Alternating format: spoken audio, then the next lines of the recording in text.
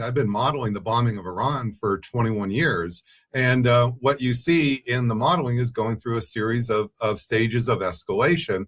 And I published those stages before the first bomb fell on my Substack, the escalation trap. And we're going through. We've gone through stage one. We've bombed the leader. We tried regime change bombing. That did not work. It only stiffened the regime. We've created a more dangerous regime and a more powerful regime, because stage two is they lash back with horizontal escalation, with a drone attack against Dubai and other GCC countries, but also taking essentially a selective control of the Strait of Hormuz, which would give it power. And that would then lead to the movement for stage three, which would be a ground operation, said to be limited at first, but a ground operation. And I even said this would mean Marines would start to move and so forth. Well, all of that has happened.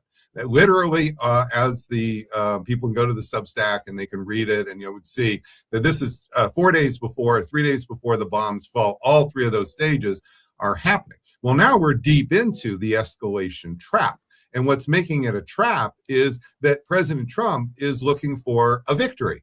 And it's got to be now a better victory than just the declaring victory. He's tried declaring victory. It's just not working, because it's quite evident that what's happened in the course of the 6, now going on 7 weeks of war, is Iran is poised. It's on the path to become the fourth center of world power. I published a big piece on this in the New York Times. Now, it's not to say it's the fourth center of world power now, but a year from now, a year and a half from now, this is the reality that is staring the Trump administration right in the face.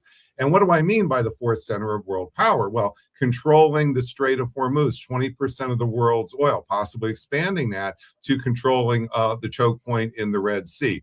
What I mean by that is not just having enrichment of uranium, but actually working nuclear weapons.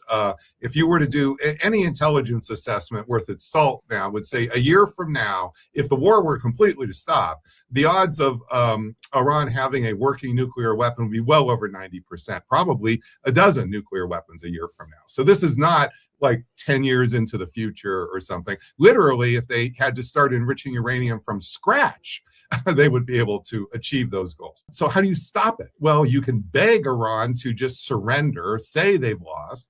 Well, that's not working. There's only one option, which is you keep on the escalation track.